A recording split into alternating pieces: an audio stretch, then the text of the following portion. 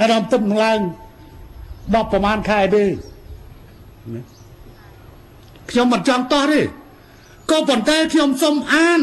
បញ្យល់ប្រជាពលរដ្ឋរបស់យើងដើម្បីលោកបានជ្រាបថ្ងៃទី5ខែវិច្ឆិកា2009ប្រពន្ធក្រសួងការបរទេសពេលនេះភាគីថៃកុំថាភាគីថៃយ៉ាងព្រោះថៃមានថៃល្អថៃអាក្រក់ណាថៃមកក្រុមទូចថៃឆ្លៀនពៀនយើងហើយក៏សិលពីរុំត្រូវចាំឲ្យច្បាស់សម្ដីនៅឯពីម្សិលមួយថ្ងៃថាកម្ពុជាជាអ្នកប្រើមុនកម្ពុជាត្រូវដោះស្រាយតែឯងឆ្លើយតបជាមួយសូរគៀតអំពីសូរគៀតផ្ដាល់យោបល់ថាត្រូវតែបើកការចរចាឲ្យប្រើមចេញពីថៃឲ្យថៃអ្នកប្រើមសុំចរចាហើយបើនៅក៏បញ្ហាអភិសិទ្ធត្រូវតែសុំជួបនាយករដ្ឋមន្ត្រីហ៊ុនសែនមិនមែនជាការបាក់មុខបាក់មាត់ការសិទ្ធពីរុំបានបញ្ជាក់ថាកម្ពុជាអ្នកប្រើមតាមរយៈការតែងតាំងថៃជីនទទួលថៃជីននឹងមិនចាប់ខ្លួនថៃជីនខ្ញុំប្រាប់ទៅកសោតពីរុំបញ្ហាចាប់ប្រើមថ្ងៃ15ខែកក្កដា2008នៅពេលដែលកងទ័ពសៀមឆ្លៀនពៀនទឹកដីកម្ពុជាខ្ញុំប្រាប់អ្នកឯងឲ្យច្បាស់មិនមែនរឿងថៃជីនជារឿងក្រោយជាងមួយឆ្នាំនោះទេរឿងអ្នកឯងបាតកោឲ្យលឿងអ្នកឯងហើយកសិទ្ធពីរុំអ្នកឯងត្រូវចាំអ្នកឯងជាមេបាតកោឲ្យលឿងអ្នកឯងជាអ្នកបំពេញព្រះវិហារក្រុមអ្នកឯងក្រុមជាអ្នកឆ្លៀនពៀនសមៈសុំឆៃនពដនបតមាក្រនតែគ្នាគ្រប់គ្រងបញ្ចូលប្រសាទព្រះវិហារគ្នាត្រូវមានទោសប៉ុន្តែតើណាទៅអ្នកឯងត្រូវច្បាស់ការសិទ្ធពីរុំអ្នកឯងជេរខ្ញុំរហូតដល់ក្នុងសភាអ្នកឯងហៅខ្ញុំអ្នកលេងបើបាក់ភឿថៃតវ៉ាអ្នកឯងប្រើពាក្យថាសុភាពបរោះចិត្តជាអ្នកលេងចុងក្រោយខ្ញុំប្រតិកម្មអ្នកឯងសុំទោសខ្ញុំរឿងមិនមែនចាប់ផ្ដើមពីសំឡឹងទេចាប់ផ្ដើមពីអ្នកឯងឆ្លៀនពៀនប្រទេសខ្ញុំហើយពូជអ្នកឯងនឹងក្រុមអ្នកឯងតែមិនមែនថៃទាំងមូលទេព្រោះថៃខ្លះបាននិយាយថារឿងព្រះវិហាររឿងជាប់ហើយតាសាលក្រមតឡាការឡើយឥឡូវយើងមកមតិរបស់ថៃច្រើនគេថាកុំទៅរវល់ឡើយរឿងនោះសូមបីសមៈគាត់ឆ្លើយក្នុងសភាគាត់ថាជាង40ឆ្នាំឲ្យទង់ជ័យកម្ពុជាបក់នៅលើប្រាសាទនោះតា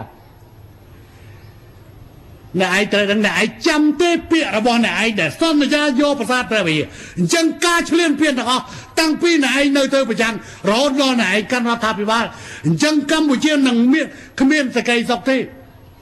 នៅពេលដែលពួកនេះកាន់អំណាចនៅក្នុងប្រទេសថៃ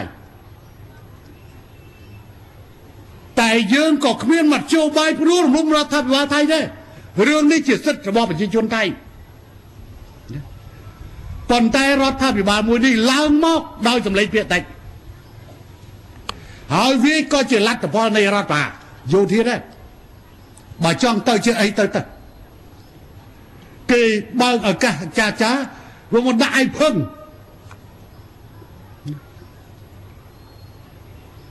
ហើយឡើយថ្ងៃទី5ខែវិច្ឆិកា2009ទី1គេកោះអគ្គរដ្ឋទូតឲ្យត្រឡប់ទៅប្រទេសវិញទី2គេពិនិត្យឡើងវិញកិច្ចព្រមព្រៀងទ្វេភាគី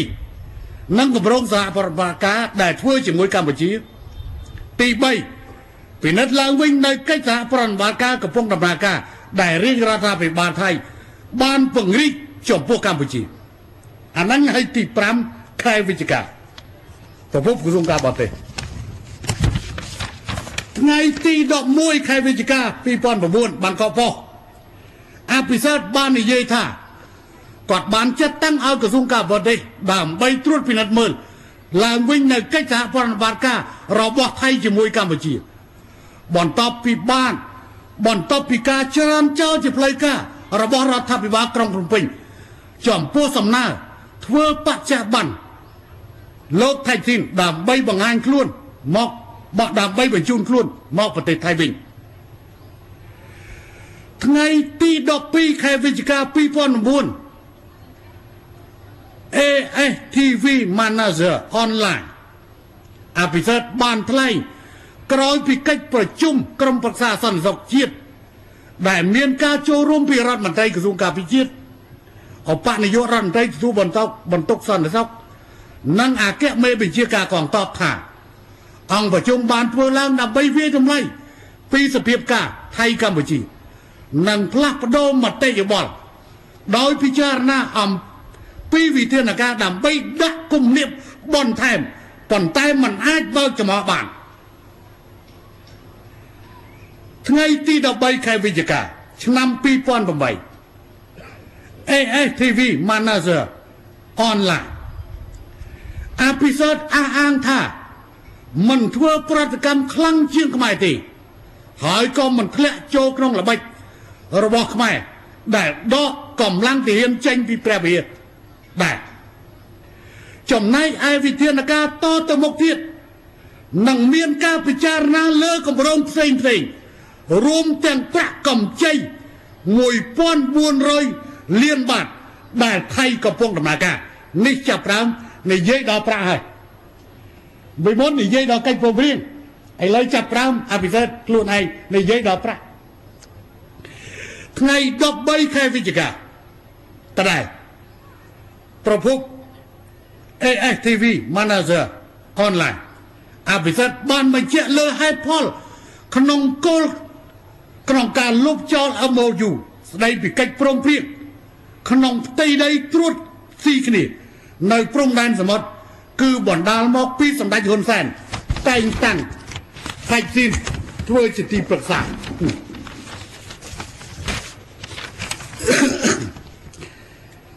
ថ្ងៃទី16ខែវិច្ឆិកា2009 The Nation អភិសិទ្ធបានគម្រាមចាត់វិធានការខ្លាំងថែមទៀតប្រឆាំងកម្ពុជារួមទាំងការកាត់ជំនួយហិរញ្ញវត្ថុបន្ថែមទៀតឲ្យមកកម្ពុជាបើសិនកម្ពុជាបដិសេធមិនគោរពតាមបទកថាអន្តរជាតិក្នុងការដោះស្រាយជនសង្ស័យអភិសិទ្ធបាននិយាយថារដ្ឋាភិបាលនឹងធ្វើការពិភាក្សារកវិធានការដែលអាចធ្វើទៅបានប្រឆាំងរដ្ឋាភិបាលកម្ពុជា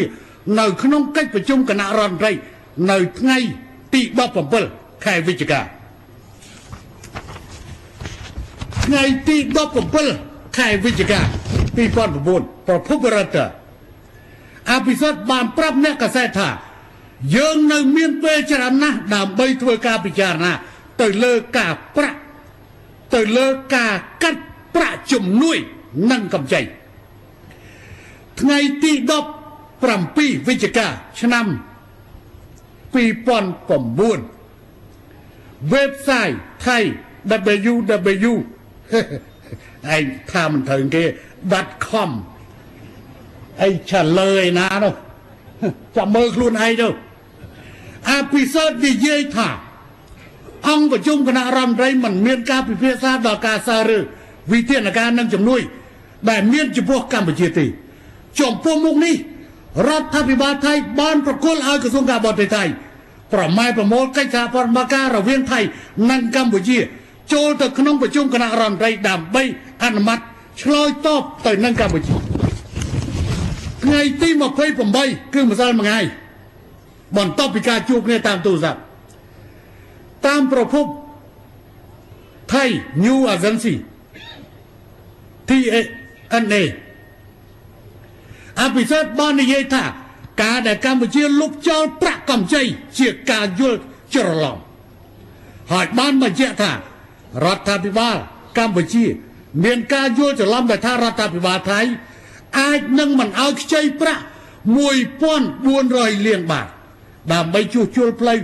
មួយខ្សែចន្លោះពីព្រំដែនថៃខេត្តសូរិនមកខេត្តសៀមរាបហើយកម្ពុជាបានសម្រេចលុបចោលប្រាក់កម្ចីនោះជាមុនបញ្ហាចាប់ផ្ដើមនេះមកពីអីមកពីឯកឧត្តមឲ្យនិយាយដល់បញ្ហាប្រាក់ហ្នឹង ឲ្យពិនិត្យមើលកិច្ចព្រមព្រៀងទាំងអស់ដើម្បីយកកិច្ចព្រមព្រៀងទាំងអស់ហ្នឹងយកមកសង្កត់កម្ពុជាក្នុងនោះខ្ញុំសូមសួរត្រឡប់ទៅថាតើវិធានការទាំងអស់បានប្រើអស់ហើយនៅនោះមានវិធានការបិទទួលដែនតើប្រើហើយនៅអត់បានប្រើទេថាឥឡូវជុំទៅ